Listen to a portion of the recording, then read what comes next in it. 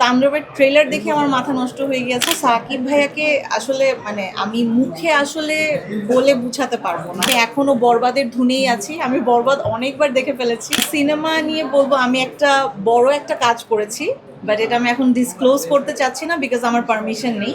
আমাকে যখন পারমিশন দেওয়া হবে তখন আমি ডেফিনেটলি আপনাদের সবার সাথে শেয়ার করব।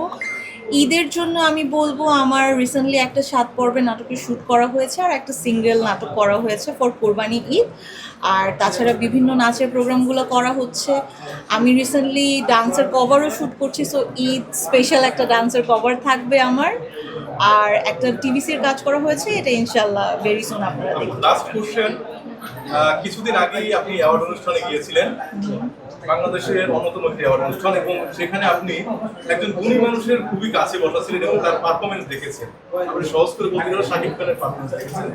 তার লুকটা কিন্তু তাণ্ডবের লুক ছিল। আমার হিরো, হ্যাঁ। কেমন দেখলেন? এবং একসময় তিনি তার আপনার হিরো ছিল, কেমন লেগেছে এবারে তার লুকটা এবং তার পারফরমেন্স? তারপরে তার 25 বছর শেষ হলো, 26 কথা।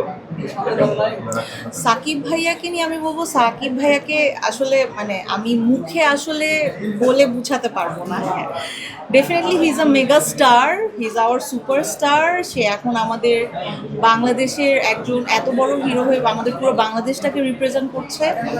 সাকিব ভাইয়ার অ্যাজ আ হিউম্যান বিং আমি একটু বলতে চাই যে হিউম্যান বিং, আমি পার্সোনালি যেহেতু তার সাথে কাজ করেছি, আমার ফার্স্ট মুভিটাই একটা মেগা স্টারের সাথে ছিল। সো আমি স্পেশালি বলছি কারণ আমি যখন আসলে মুভিটা করেছি তখন আই ওয়াজ টোটালি নিউ। আমি তখন জাস্ট মিডিয়াতে কাজ করা শুরু করেছি, আমাকে তখন কেউই চেনে না। ওই টাইমে মেগা স্টারের সাথে কাজ করা অ্যান্ড সাকিব ভাইয়া যেইভাবে আমাকে মেন্টালি অ্যান্ড অ্যাক্টিংয়ের ক্ষেত্রে যেভাবে হেল্প করেছে, সো একটা নাইস হিউম্যান বিং না হলে আসলে এটা কেউ করে না। হ্যাঁ, অনেকেই আছে যারা অনেক বড় স্টার, বাট কাজ করার সময় যেহেতু তখন আমি নিউ কামার ছিলাম, আমাকে বলতে পারতো ওকে ফাইন, ওকে আমার এত হেল্প করার কিছু নেই, ও নিজে থেকে অ্যাক্টিং ডেভেলপ করে নেয়। বাট না, অ্যাকচুয়ালি সাকিব ভাইয়া হেল্প করেছে, আমাকে বলেছে সব এই ডায়লগ ডেলিভারিটা এইভাবে না এইভাবে করো। আমি অনেক নার্ভাস ছিলাম, আমাকে সে নর্মাল করেছে যে না, আমাকে এত ভয় পাওয়ার কিছু নেই, তুমি রিল্যাক্সলি কাজ করো। 25 বছর হয়ে গিয়েছে ভাইয়ার ফিল্ম ইন্ডাস্ট্রিতে।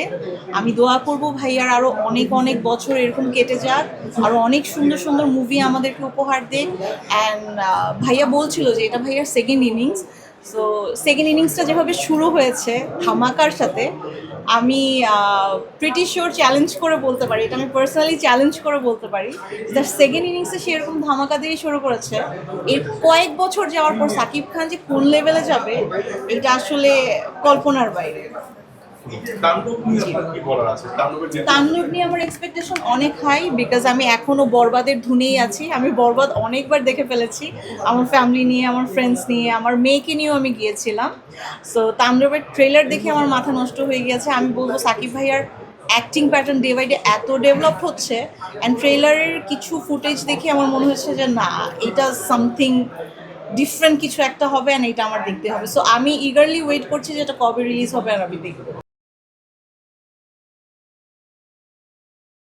ওয়ালটন আবারও মিলিনিয়ার অফারে ওয়ালটন ফ্রিজ কিনে আপনিও হয়ে যেতে পারেন মিলিয়নিয়ার।